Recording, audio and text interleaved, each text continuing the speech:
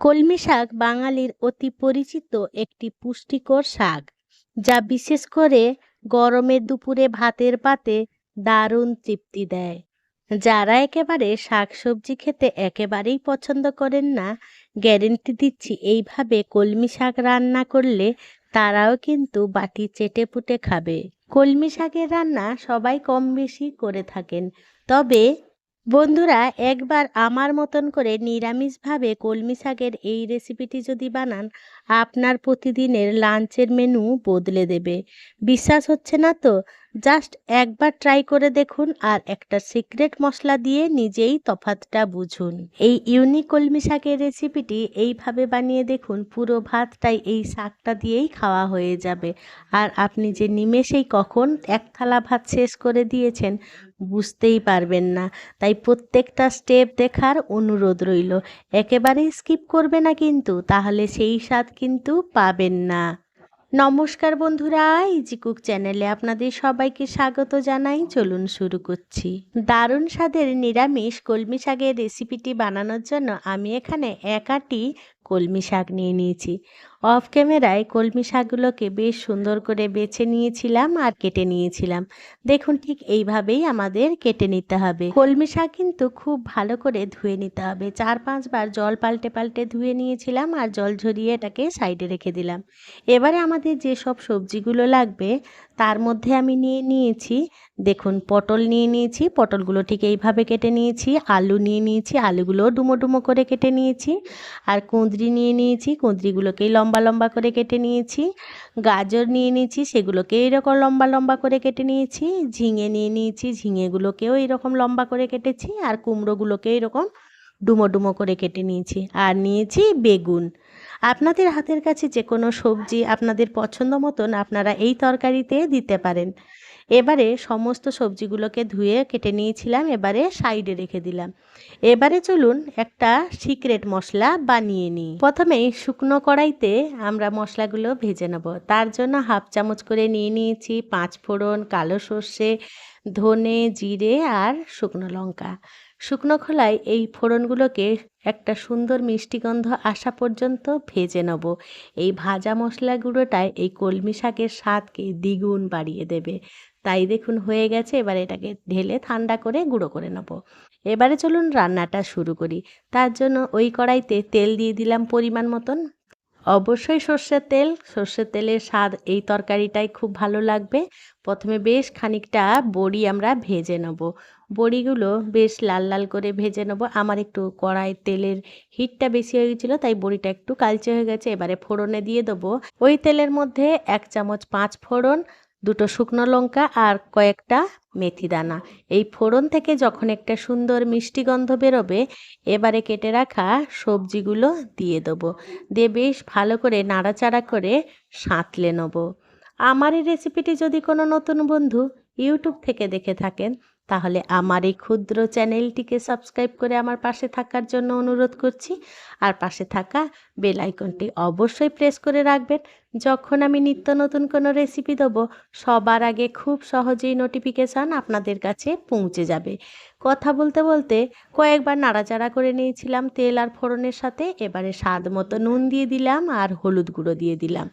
এবারে এই সমস্ত উপকরণ বেশ ভালো করে নাড়াচাড়া করে মিশিয়ে নেব আর সবজিগুলোকে বেশ ভালো করে ভাজা করে নেব ঢাকা চাপা দিয়ে। তাতে সবজির কাঁচা গন্ধটাও যাবে আর সবজি ভেতর থেকেও খুব সুন্দর একটা মশলার ফ্লেভারও মিশবে সাথে সাথে। আর বর্তমানকালে তো গ্যাসের প্রবলেম চলছে, তাই সবজিটাও সুন্দরভাবে সেদ্ধ হবে, তাতে গ্যাসের খরচ কম পড়বে। আর আপনারা কিভাবে গ্যাসের খরচ কমাবেন সে ভিডিও আমার চ্যানেলে দেয়া আছে, আপনারা দেখে নিতে পারেন। এবারে দেখুন সবজিগুলোকে একটু ঢাকা চাপা দিয়ে রান্না করে নেওয়ার পর স্বাদ মতো লঙ্কা দিয়ে দিলাম আর 2 ইঞ্চি মতন আদা গ্রেট করে নিয়েছিলাম, সেগুলো দিয়ে দিলাম। ঝালটা অবশ্য আপনারা স্বাদের উপরে বাড়িয়ে বা কমিয়ে নেবেন। এবারে সমস্ত উপকরণ বেশ ভালো করে নাড়াচাড়া করে আদাটার কাঁচা গন্ধ যাওয়া পর্যন্ত একটু নাড়াচাড়া করে নেব। আবারও ঢাকা চাপা দিয়ে রান্না করে নেব। এই রকম ঢাকা চাপা দিয়ে রান্না করতে করতে আমাদের এই তরকারিটা বানাতে হবে। সবজিগুলোকে খুন্তি দিয়ে বেশ সুন্দরভাবে রান্না করে নিচ্ছি, এতে সবজিগুলোও সুন্দরভাবে সেদ্ধ হচ্ছে আর মশলাগুলোও বেশ সুন্দরভাবে মিশে যাচ্ছে। এই পর্যায়ে চলে এলে আমরা কেটে রাখা কলমি শাকগুলো দিয়ে দেবো। কলমি শাকটা দিয়ে সবজিগুলোর সাথে বেশ ভালো করে মিশিয়ে নেব। সবজিগুলো শাকের সাথে মিশলে এই তরকারিটা খেতে কিন্তু ভীষণই ভালো লাগবে। তাই দেখুন সবজিগুলো শাকের সাথে বেশ ভালো করে মিশে গেলে ঢাকা চাপা দিয়ে আবারও রান্না করে নিয়েছিলাম মিনিট খানেক। এবারে দেখুন ফিরে এলাম মিনিট ২-৩ পর। দেখুন সমস্ত শাক কিন্তু কমে গেছে আর অল্প একটু জল বেরিয়েছে। এই পর্যায়ে কিন্তু আমরা কোনো রকম এই তরকারিতে জল ব্যবহার করিনি।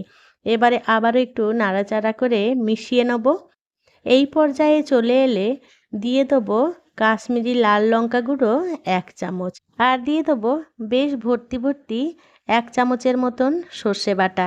সর্ষে কিভাবে বাটলে তেতো হবে না আর স্টোর করে রাখতে পারবেন সেই ভিডিওটা আমার চ্যানেলে দেয়া আছে।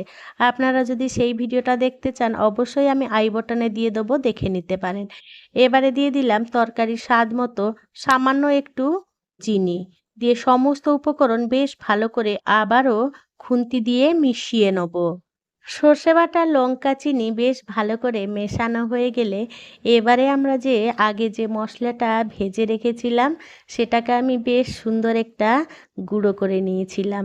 এই পর্যায়ে দিয়ে দেবো সেই ভাজা গুঁড়ো মশলার সবটা। এইভাবেই একবার কলমি শাক অবশ্যই বানিয়ে দেখবেন। যেমন স্বাদ হবে তেমনি মুখে লেগে থাকবে এই স্বাদটা বেশ কয়েকদিন। আপনি কলমি শাকের অন্যান্য রেসিপি খেতে একেবারেই ভুলে যাবেন।